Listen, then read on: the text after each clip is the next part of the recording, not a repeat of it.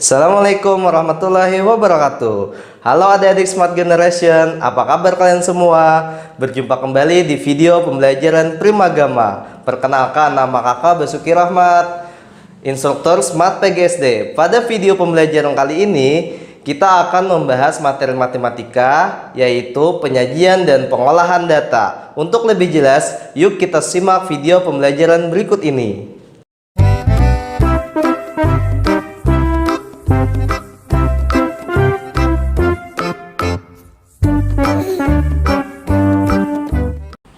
Oke, assalamualaikum warahmatullahi wabarakatuh. Selamat siang menjelang sore adik-adik semua. Pada kegiatan sesi kedua kita hari ini, kita akan menyambung pembelajaran yang pertama tadi. Yang pertama tadi kita tentang pengumpulan data. Nah, yang kedua ini kita akan belajar tentang penyajian data. Nah, sebelum kita masuk ke penyajian data, sini kakak ulang sedikit pelajaran yang sebelumnya tadi. Itu pertama tadi cara pengumpulan data kita tadi yaitu dengan cara tes. Yang kedua yaitu pertanyaan langsung. Yang ketiga ada mengisi isian. Yang keempat yaitu dengan cara pencatatan langsung. Oke. Pada pelajaran penyajian data itu kita akan mempelajari tentang bagaimana membuat data itu berbentuk tabel.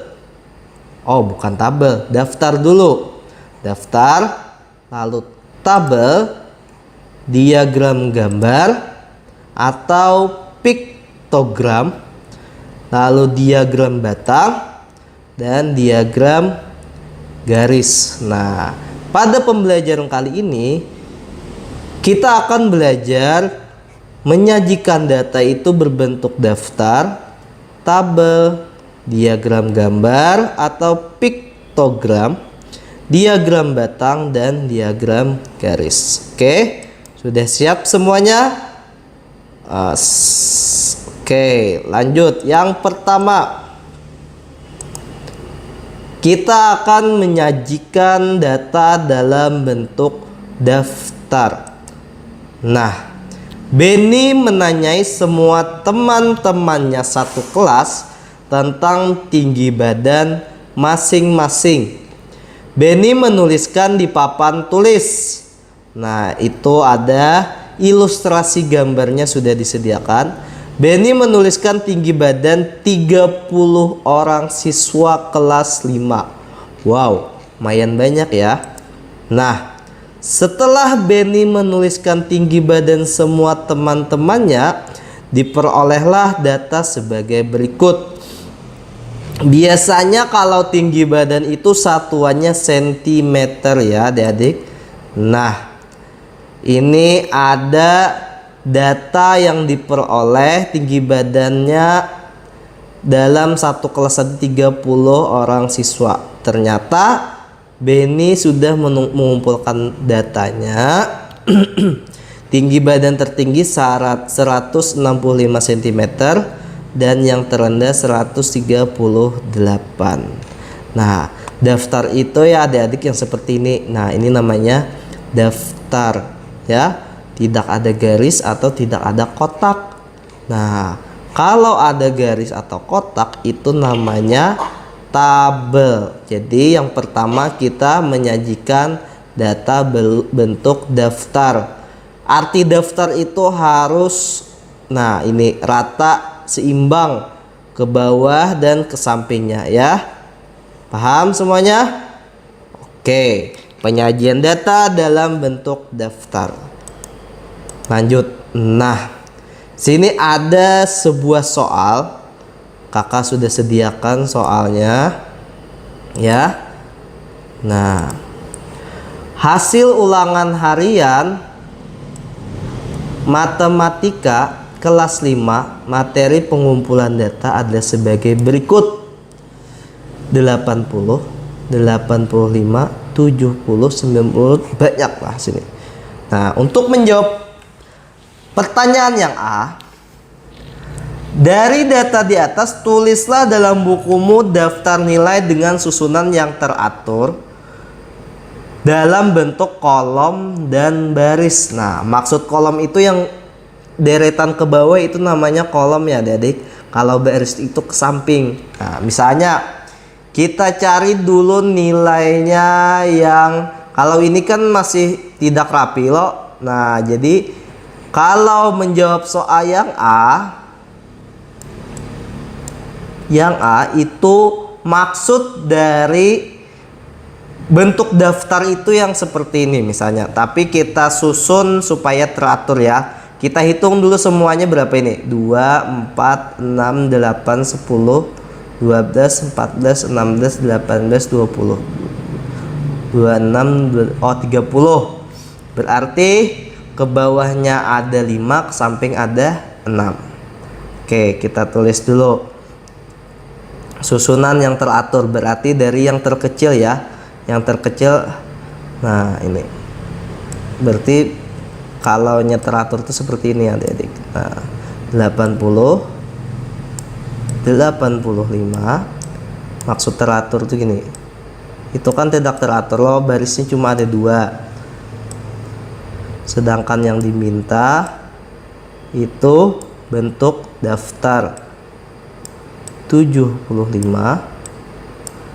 80. Nah, setelah ini 6 berarti ke bawahnya ada 5 ya. Berarti sini 75, 70.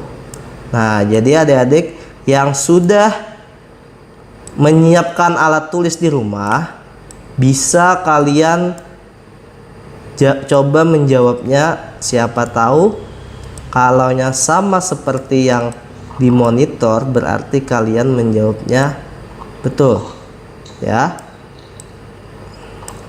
95, 90. Lalu ada 65. Maaf ya, sini kakak tidak terlalu rapi, soalnya kan menulis menggunakan komputer. Nah, 90, 80, 70, 75, 70, 65, 60, 75, 85. Terus di sini 80. Nah, ini baris yang kelima ya. Nah, maksud bentuk kolom itu maksudnya, nah, kolom itu yang ke bawah ya. Kalau baris itu yang ke samping. Nah, paham? Sampai mana di 80, 65, 90, 75, 70, dan yang terakhir 65 ya. Nah, adik-adik, ini yang dimaksud bentuk daftar. Susunannya teratur dan rapi. Maksudnya itu gini kan, ke samping ada 6. Nah, semuanya 6, berjerat ke bawahnya ada 5. Nah, bukan yang seperti di soal tadi. Ini kan barisnya ada cuma 2. Nah, dan ini tidak teratur. Maksudnya kayak gitu adik-adik ya. Nah, lanjut yang B. Carilah nilai yang paling tinggi dan nilai yang paling rendah. Nah, nilai yang tinggi dari data di atas dapat kita lihat nilai tertinggi adalah 95 dan nilai yang rendah adalah ya 60. Nah, sini paling mudah sudah mencari yang tertinggi sama yang terendah, tapi Yang kakak tekankan di sini adalah bagaimana kalian itu menyusun agar bentuk daftarnya itu rapi, bentuk kolom dan baris. Kolom itu ke bawah ya.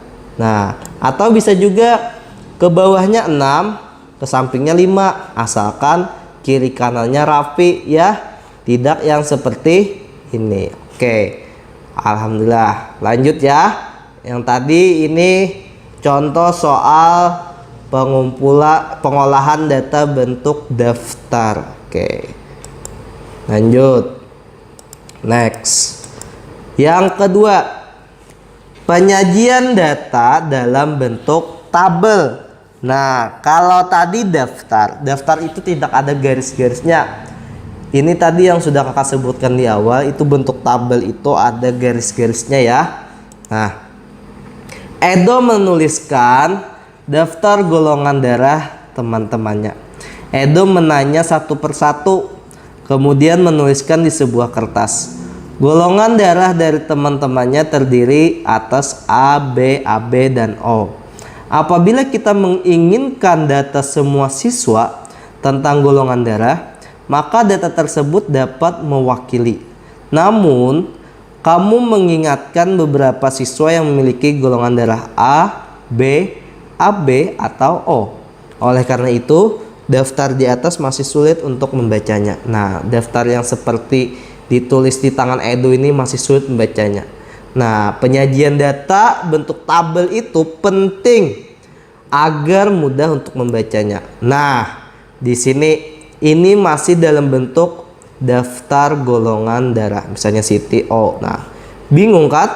Nah, ini daftar golongan darah.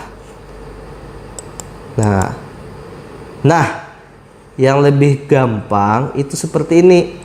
Kalau membuat sebuah tabel ya, nah harus ada yang pertama yaitu ini nomor. Nah, terus datanya tentang apa? Tentang golongan darah. Lalu ini yang paling penting, banyak siswa atau frekuensi. Nah, ini adik-adik kalau dalam bentuk tabel. Nah, di sini ada soal. Sudah kakak sediakan soal. Berdasarkan tabel di atas dapat diperoleh informasi sebagai berikut. Nah, ini cuma membacanya aja, membaca tabel dan menafsirkan tabel. Nanti ya, ada aja soalnya. Pertama, siswa yang memiliki golongan darah A ada 12 anak. Nah, ini 12 anak ya. Ada 12 anak. Sedangkan B 7 anak, AB 3 anak, O 8. Nah, kalau bikin tabel juga harus ada jumlah frekuensinya ya. Nah, tadi kan yang ditulis Edo tadi bentuknya masih daftar nih. Nah, setelah dalam bentuk tabel, nah Bapak ulang ya.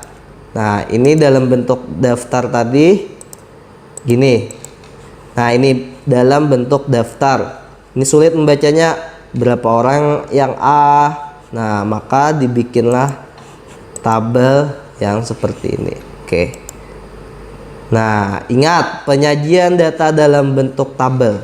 Untuk memudahkan membuat tabel data, diurutkan terlebih dahulu, kemudian dikelompokkan data yang sama untuk menentukan frekuensinya. Misalnya yang O, kita urutkan dulu O. Berapa orang yang O, baru kita tulis di sini ya. Itu kalau mau bikin sebuah tabel. Nah, yang kira-kira menurut kakak paham semuanya, sudah mengerti, sudah paham tentang tabel. Yang ketiga ya, kita lanjutkan. Menyajikan data dalam bentuk diagram gambar atau piktogram. Nah, ini yang hobi adik-adiknya menggambar ini, bisa tersalurkan bakatnya kalau menggambar ini. Nah, Siti dan teman-temannya hampir setiap hari berkunjung ke perpustakaan. Mereka belajar bersama di perpustakaan. Perpustakaan sekolah Siti menyediakan fasilitas meja dan kursi untuk belajar. Dan setiap siswa diberi kesempatan untuk minjam buku di perpustakaan. Berikut data peminjaman buku di perpustakaan. Nah, datanya seperti ini adik-adik.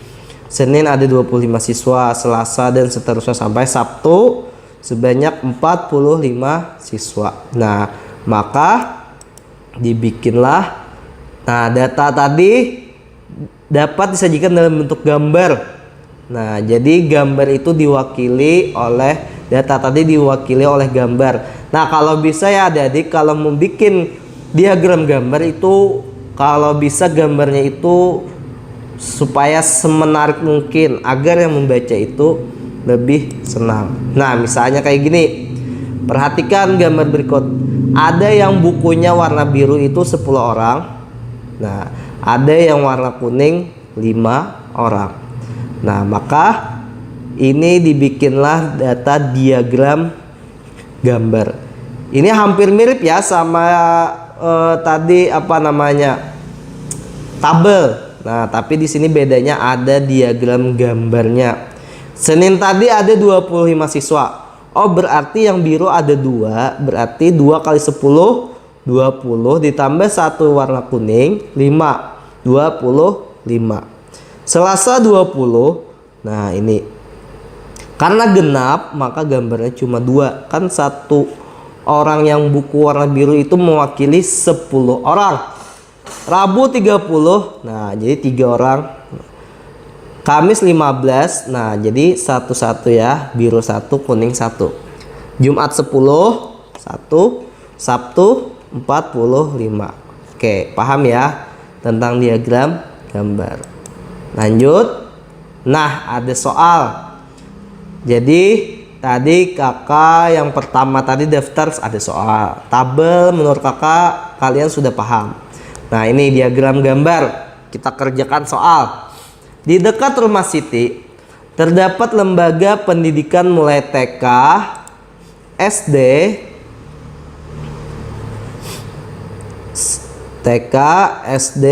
SMP, dan SMA. Banyak siswa masing-masing jenjang ditunjukkan pada gambar. Nah, ini. Satu gambar orang ini mewakili adalah 20 orang. Nah, berdasarkan diagram gambar di atas, berapa banyak siswa masing-masing jenjang? TK. Kita hitung dulu ini berapa orang?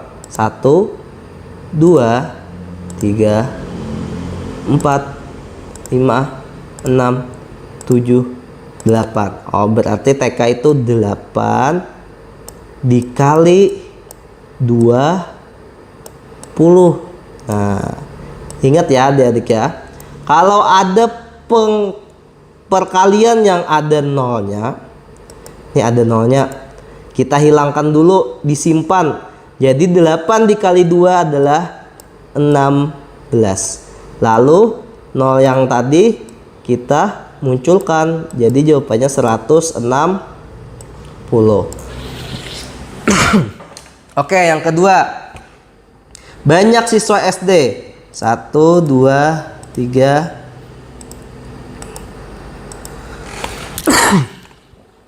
7, 8, 9. Berarti 9 dikali 20. 9 dikali 2 adalah 18. Tambah 0, 180. Oke.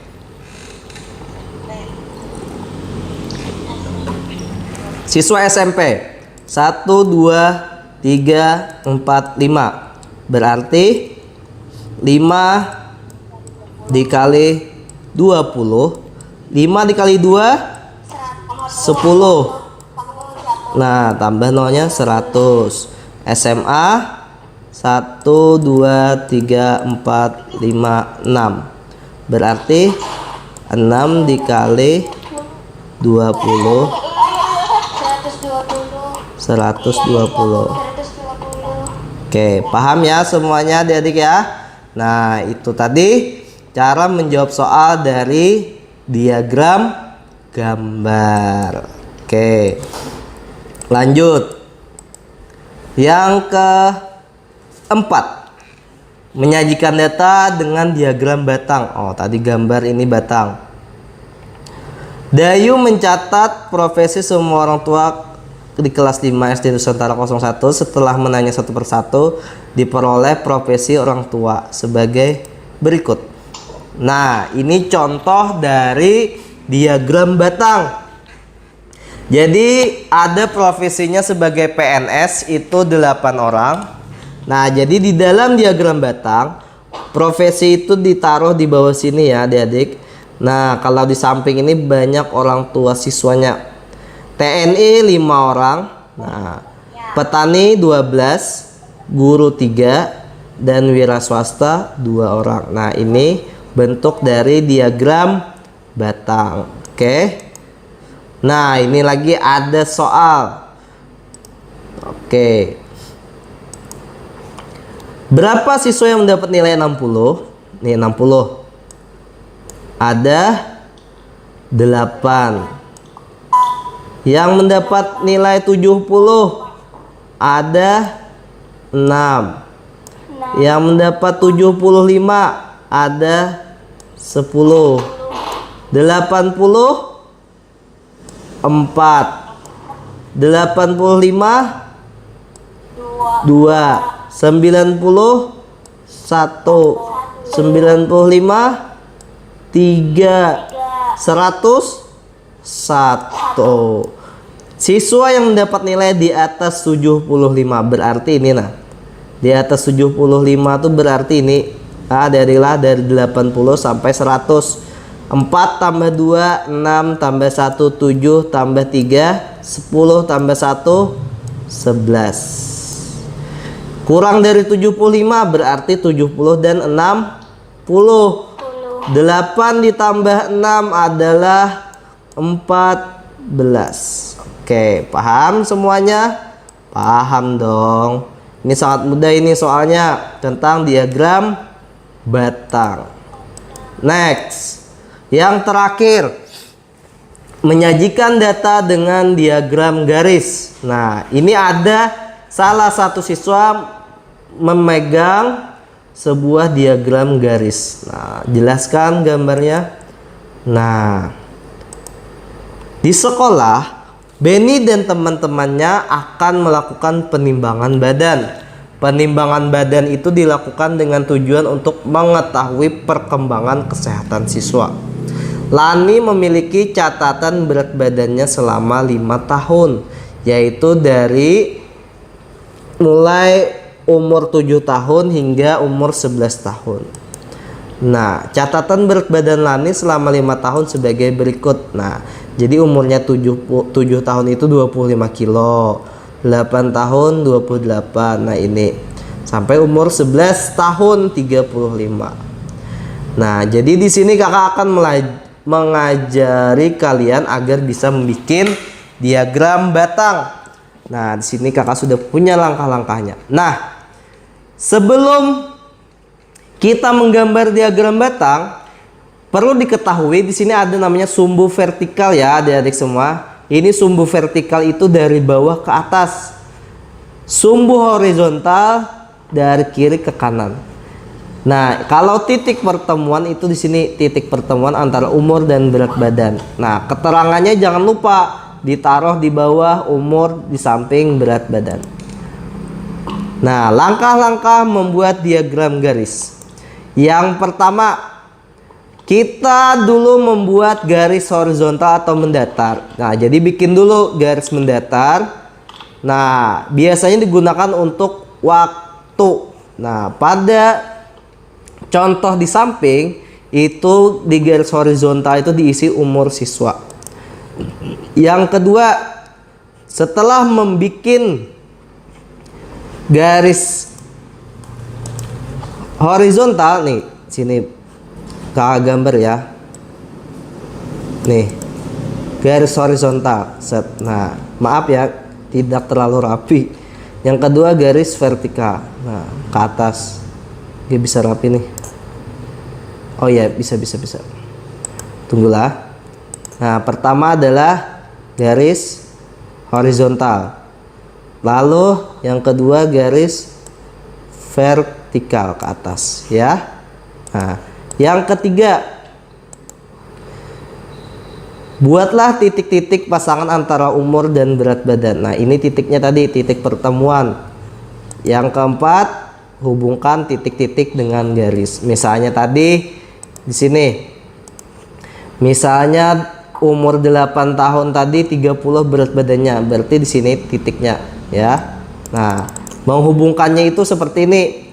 Setelah di titik, kita hubungkan garisnya ke sini.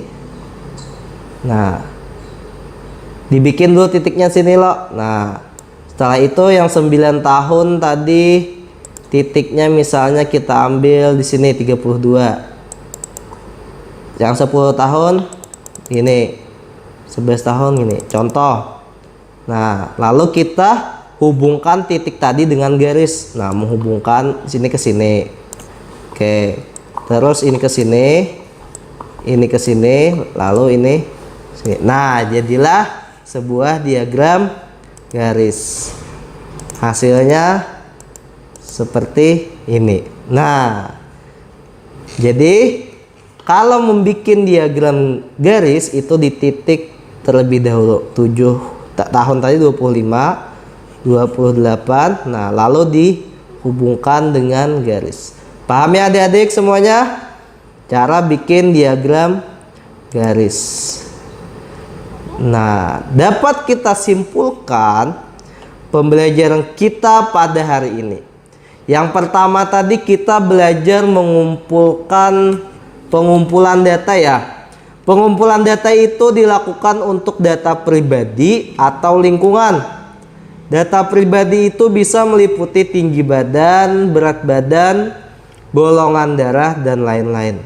Data lingkungan itu adalah lingkungan sekolah siswa. Ada beberapa cara pengumpulan data, yaitu dengan tes, wawancara. Wawancara itu tadi penanyaan langsung. Angket tadi yang mengisi isian tadi. Nah, itu namanya angket ya adik-adik. Terus observasi itu pencatatan langsung dan lain-lain. Nah, yang penyajian data, kesimpulannya itu penyajian data itu ditujukan agar data itu mudah dibaca. Yang kedua tadi kita sudah belajar penyajian data itu bisa dibikin dengan cara pertama tadi daftar. Daftar itu tadi yang harus seimbang ya antara ke kiri dan ke bawah. Yang kedua tabel. Yang ketiga diagram gambar atau piktogram. Yang keempat diagram batang. Dan yang terakhir diagram garis. Nah, kira-kira adik-adik semua sudah paham kan materi kita pada hari ini? Nah, bagaimana adik-adik, materinya sudah paham kan? Sekian pembelajaran kita pada kali ini. Nantikan video pembelajaran berikutnya di channel berikut ini. Jangan lupa like, comment, and subscribe, dan nyalakan loncengnya. Sampai jumpa.